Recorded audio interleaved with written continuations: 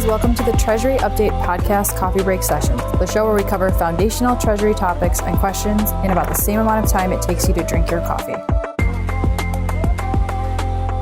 Hi everyone, welcome back to the Treasury Update Podcast Coffee Break Sessions. This is your host, Alexa, and today I am joined with Craig Jeffery, Managing Partner of Strategic Treasure. Welcome back, Craig.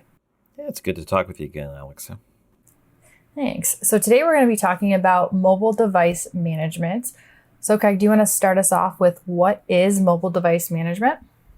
You told me I had to be brief, so it's a method of protecting corporate data on mobile devices like your phone or a tablet.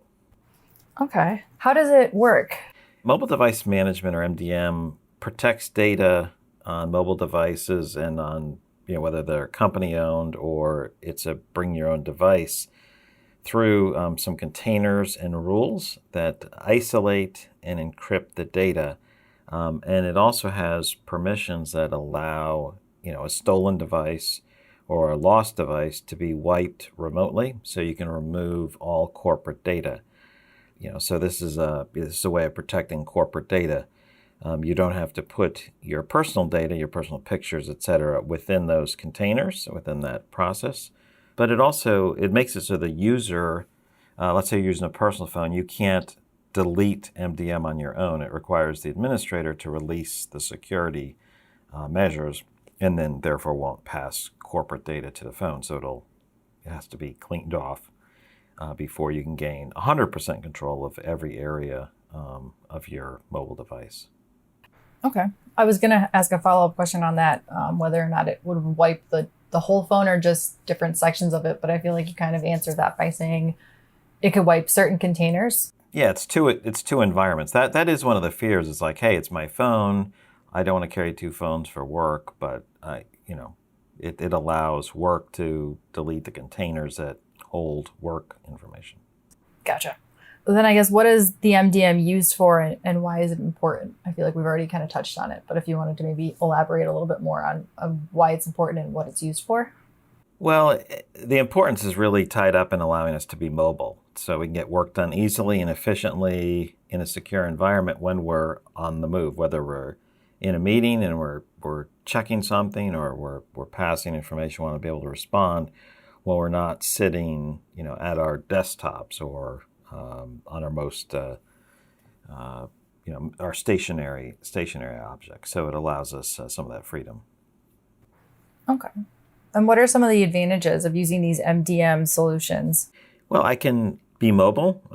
I can carry my personal phone as opposed to a personal phone and a work phone. And if you just use a work phone, obviously they're going to install MDM on it for security. I think that's the key element. Why there's an advantage to it. It allows me to be more effective on the run, on the move.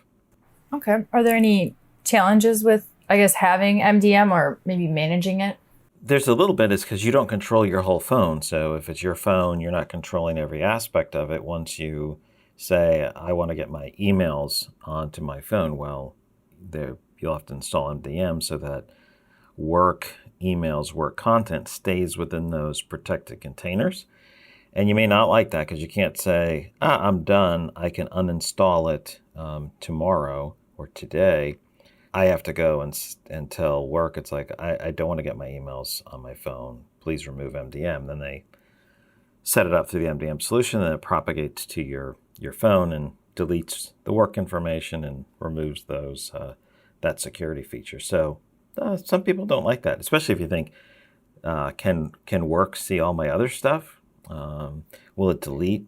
Can they wipe, all my favorite pictures, my notes and settings from, Instagram or whatever program I'm using? So there's obviously some concerns about that aspect.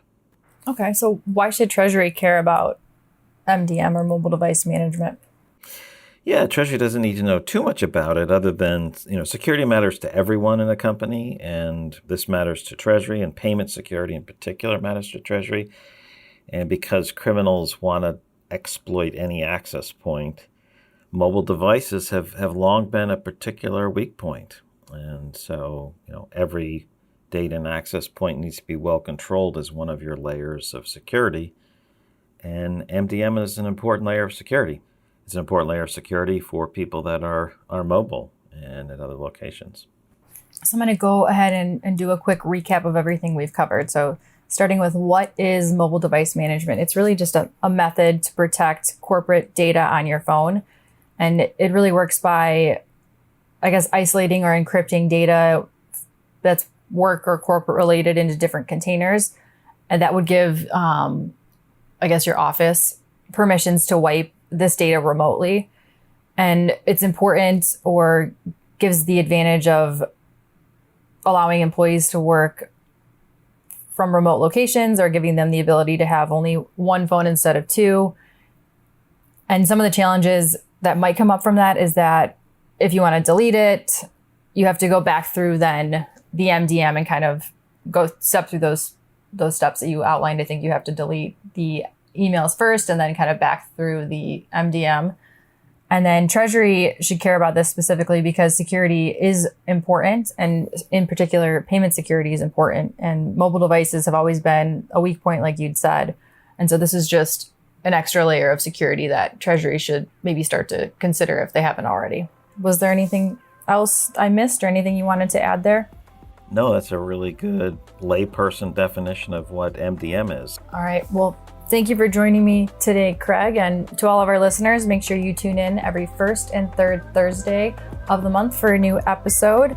And as always, we look forward to hearing your feedback, or if you want to connect, you can send us an email at podcast@strategictreasure.com.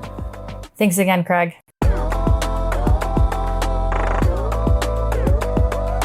This podcast is provided for informational purposes only, and statements made by Strategic Treasure LLC on this podcast are not intended as legal, business, consulting, or tax advice. For more information, visit and bookmark strategictreasurer.com.